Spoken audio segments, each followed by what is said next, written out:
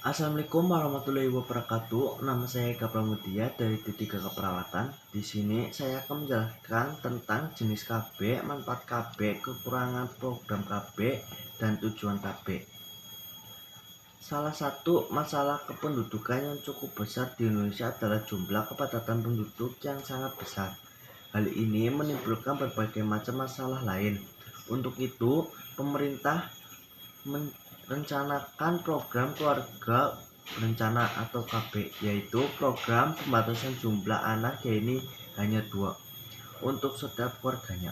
Program KB di Indonesia mengalami kemajuan yang cukup pesat dan diakui keberhasilannya di tingkat internasional.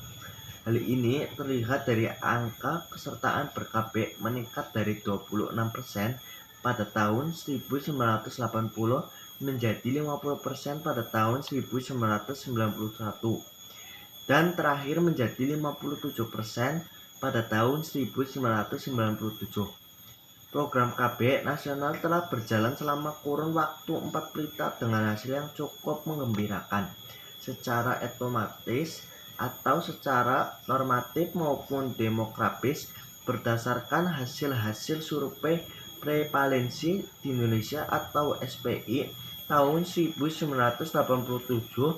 Ternyata tingkat kelahiran kasar telah menurun menjadi sekitar 28-29 dan TPR menjadi sekitar 3,4 sampai 3,6. Meskipun begitu, jika pandang dari segi Islam, KB itu hukumnya haram. Selanjutnya tentang tahun 1800 sampai 1900, jumlah penduduk Indonesia bertambah 3 kali lipatnya. Sedangkan 1900 sampai 2000 terjadi penambahan penduduk 5 kali lipat dari 40,2 juta menjadi 205,8 juta orang.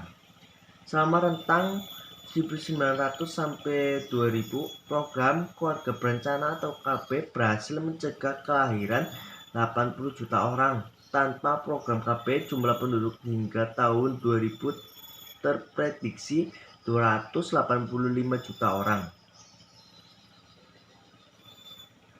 Keluarga berencana merupakan salah satu pelayanan kesehatan preventif yang paling dasar dan utama bagi wanita maksudnya.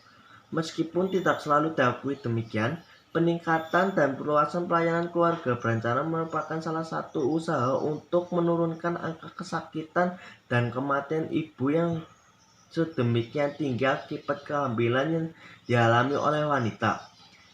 Banyak wanita yang harus menentukan pilihan kontrasepsi yang sulit, tidak hanya karena terbatasnya jumlah metode yang tersedia, tetapi juga karena metode-metode tersebut tertentu merupakan tidak dapat diterima sehubungan dengan kebijakan nasional atau KB.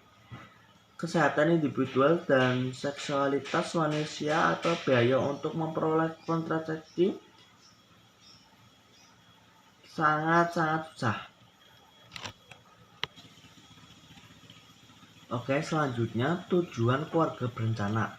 Tujuan keluarga berencana atau KB di Indonesia adalah tujuan umum meningkatkan kesejahteraan ibu anak dalam rangka mewujudkan NKKBS, norma-norma kekeluargaan kecil bahagia sejahtera, yang menjadi dasar terwujudnya masyarakat yang sejahtera dengan